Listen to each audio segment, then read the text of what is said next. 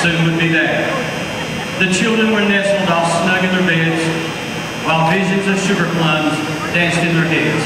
And Mama in her kerchief and I in my cap had just settled their brains for a long winter's nap. When out on the roof there rose such a clatter, I sprang from my bed to see what was the matter. Away to the window I flew like a flash, tore open the shutter and threw up the sash. The moon on the breast of the new fallen snow gave the luster of midday to objects below, when what to my wondering eye should appear but a miniature sleigh and 8 tiny reindeer. With a little old driver, so lively and quick, I knew in a moment it must be St. Nick. More rapid than eagles, his coursers they came, and he whistled and shouted and called me by name. Now Dasher, now Dancer, now Prancer and Vixen, on Comet, on Cupid, on Dancer and Blitzen, to the top of the porch, to the top of the wall. Now dash away all.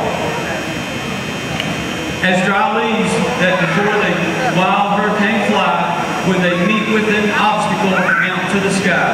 So up to the housetop, in coursers they flew, with a sleigh full of toys, and St. Nicholas too. And then in a twinkling, I heard on the roof the prancing and pawing of each little hoof. As I drew in my head and was turning around, down the chimney St. Nicholas came with a bound. He was dressed all in fur from his head to his foot, and his clothes were all tarnished and ashes and soot. A bundle of toys he had flung on his back, and he looked like a peddler just opening his pack. His eyes, how they twinkled, his dimples, how merry. His cheeks were like roses, his nose like a cherry. His droll little mouth was drawn up like a bow, and the beard on his chin was as white as the snow. The stump of the pipe he held tight in his teeth, and the smoke had encircled his head like a wreath. He had a broad face and a little round belly that shook when he laughed like a bowl full of jelly. He was chubby and plump, a right jolly old elf, and I laughed when I saw him, in spite of myself. A winkle in his eye and a twist of his head soon gave me to know I had nothing to dread.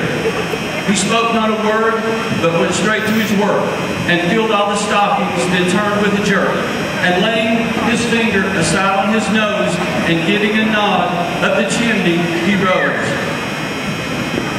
He sprang to his sleigh, to his team he gave a whistle, and away they all flew like the down of a thistle.